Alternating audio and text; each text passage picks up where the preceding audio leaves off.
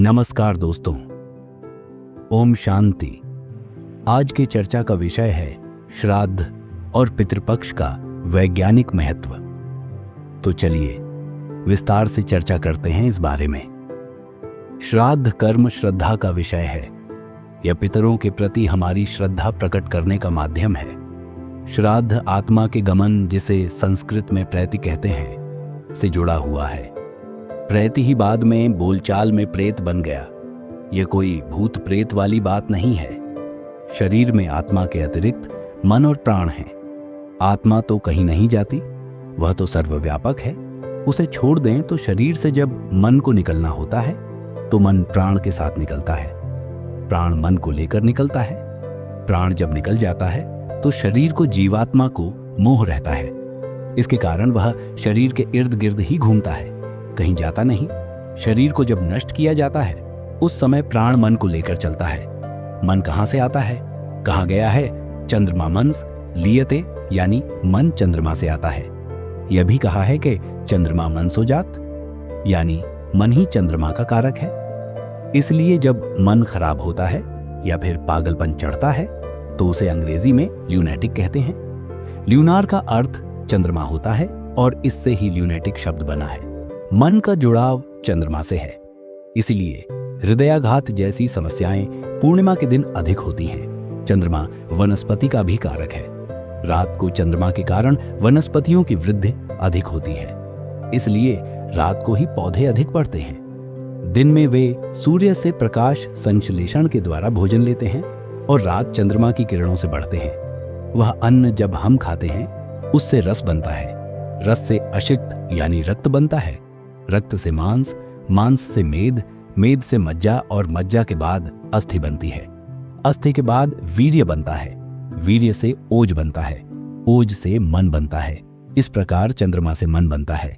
इसलिए कहा गया कि जैसा खाओगे अन्न वैसा बनेगा मन। मन जब जाएगा तो उसकी यात्रा चंद्रमा तक की होगी। दाह संस्कार के समय चंद्रमा जिस नक्षत्र में होगा मन उसी ओर अग्रसर होगा। प्राण मन को उस ओर ले जाएगा। क्योंकि 27 दिनों के अपने चक्र में चंद्रमा 27 नक्षत्र में घूमता है, इसीलिए चंद्रमा घूमकर 29वें दिन फिर से उसी नक्षत्र में आ जाता है। मन की यह 28 दिन की यात्रा होती है। इन 28 दिनों तक मन की ऊर्जा को बनाए रखने के लिए श्राद्धों की व्यवस्था की गई है। चंद्रमा सोम का कारक है, इसलिए उसे सोम भी कहते हैं। सोम सबसे अधिक चावल में होता है। धान हमेशा पानी में डूबा रहता है। सोम तरल होता है, इसलिए चावल के आटे का पिंड बनाते हैं। तिल और जौ भी इसमें मिलाते हैं। इसमें पानी मिलाते हैं, घी भी मिलाते हैं, इसीलिए इसमें और भी अधिक सोमत्व आ जाता है। हथेली में अंगूठे और तर्जनी के मध्य में नीचे का उभरा हुआ स्थान है, वह शुक्र का होता है। शुक्र से ही हम जन्म लेते हैं और हम शुक्र ही हैं, इसलिए वहां कुश रखा जाता है। कुश ऊर्जा का कुचालक होता है। श्राद्ध करने वाला इस कुश रखे हाथों से इस पिंड को लेकर सूंघता है। चूंकि उसका और उसके पितर का शुक्र जुड़ा होता है, इसलिए वह उसे श्रद्धा भाव से उसे आकाश की ओर देखकर पितरों के गमन की दिशा में उन्हें मानसिक रूप से उन्हें समर्पित करता है और पिंड को जमीन पर गिरा देता है। इससे पितर फिर से ऊर्जावान हो जाते हैं और वे 28 दिन की यात्रा करते हैं। इस प्रकार चंद्रमा के 13 महीनों में शयन पक्षी की गति से वह चंद्रमा तक पहुंचता है। यह पूरा 1 वर्ष हो जाता है। इसके प्रतीक के रूप में हम 13वीं करते हैं, गंतव्य तक पहुंचाने की व्यवस्था करते हैं। इसलिए हर 28वें दिन पिंडदान किया जाता है। उसके बाद हमारा कोई अधिकार नहीं। चंद्रमा में जाते ही मन का विखंडन हो जाएगा। पिंडदान कराते समय पंडित लोग केवल 3 ही पितरों को याद करवाते हैं। वास्तव में 7 पितरों को स्मरण करना चाहिए। हर चीज 7 है। 7 ही रस हैं, 7 ही धातुएं हैं, सूर्य की किरणें भी 7 हैं। इसीलिए 7 जन्मों की बात कही गई है। पितर भी 7 हैं। सहो मात्रा 56 होती है। कैसे, इसे समझें। व्यक्ति, उसका पिता, पितामह, प्रपितामह, वृद्ध पितामह, अतिवृद्ध पितामह और सबसे बड़े वृद्धातिवृद्ध पितामह, ये 7 पीढ़ियां होती हैं। इनमें से वृद्धातिवृद्ध पितामह का 1 अंश, अतिवृद्ध पितामह का 3 अंश, वृद्ध पितामह का 6 अंश, प्रपितामह का 10 अंश, पितामह का 15 अंश और पिता का 21 अंश व्यक्ति को मिलता है। इसमें उसका स्वयं का अर्जित 28 अंश मिला दिया जाए तो 56 सहुमात्रा हो जाती है। जैसे ही हमें पुत्र होता है, वृद्धातिवृद्ध पितामह का 1 अंश उसे चला जाता है और उनकी मुक्ति हो जाती है। इससे अतिवृद्ध पितामह अब वृद्धातिवृद्ध पितामह हो जाएगा। पुत्र के पैदा होते ही 7वें पीढ़ी का एक व्यक्ति मुक्त हो गया। इसीलिए 7 पीढ़ियों के संबंधों की बात होती है। अब यह समझें कि 15 दिनों का पितृपक्ष हम क्यों मनाते हैं। यह तो हमने जान लिया है कि पितरों का संबंध चंद्रमा से है। चंद्रमा की पृथ्वी से दूरी 3,50,000 किलोमीटर की दूरी पर है।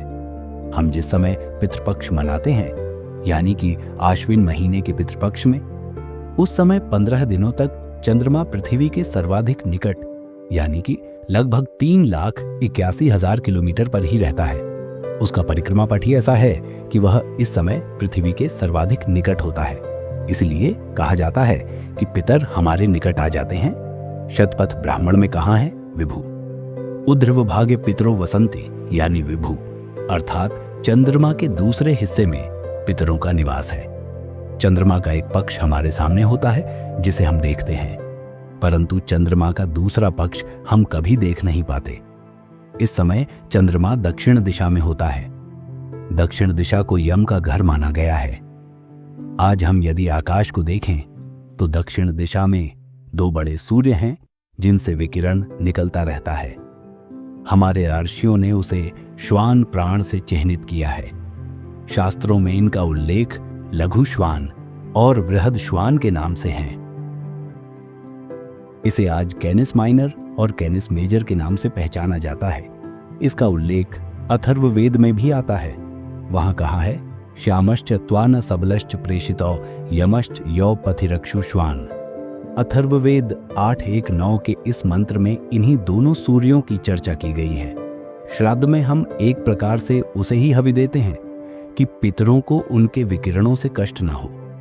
इस प्रकार से देखा जाए तो पितृपक्ष और श्राद्ध में हम न केवल अपने पितरों का श्रद्धापूर्वक स्मरण कर रहे हैं, बल्कि पूरा खगोल शास्त्र भी समझ ले रहे हैं। श्रद्धा और विज्ञान का यह एक अद्भुत मेल है जो हमारे ऋषियों द्वारा बनाया गया है। आज समाज के कई वर्ग श्राद्ध के इस वैज्ञानिक पक्ष को न जानने के कारण इसे ठीक से नहीं करते। कुछ लोग 3 दिन में और कुछ लोग 4 दिन में ही सारी प्रक्रियाएं पूरी कर डालते हैं। यह न केवल अशास्त्रीय है बल्कि हमारे पितरों के लिए अपमानजनक भी है। जिन पितरों के कारण हमारा अस्तित्व है, उनके निर्विघ्न परलोक यात्रा की हम व्यवस्था न करें, यह हमारी कृतज्ञता ही कहलाएगी। पितर का अर्थ होता है पालन या रक्षण करने वाला। पितर शब्द पा रक्षणे धातु से बना है। इसका अर्थ होता है पालन और रक्षण करने वाला। एक वचन में इसका प्रयोग करने से इसका अर्थ जन्म देने वाला पिता होता है और बहुवचन में प्रयोग करने से पितर यानी सभी पूर्वज होता है। इसलिए पितर पक्ष का अर्थ यही है कि हम सभी 7 पितरों का स्मरण करें। इसीलिए इसमें 7 पिंडों की व्यवस्था की जाती है। इन पिंडों को बाद में मिला दिया जाता है। ये पिंड भी पितरों की वृद्धावस्था के अनुसार क्रमशः घटते आकार में बनाए जाते थे, लेकिन आज इस पर ध्यान नहीं दिया जाता। आशा है कि आप भी इस विषय के बारे में हमारे चैनल के माध्यम से विस्तार से जान पाएं। चैनल को लाइक एवं सब्सक्राइब करना ना भूलें। ओम शांति।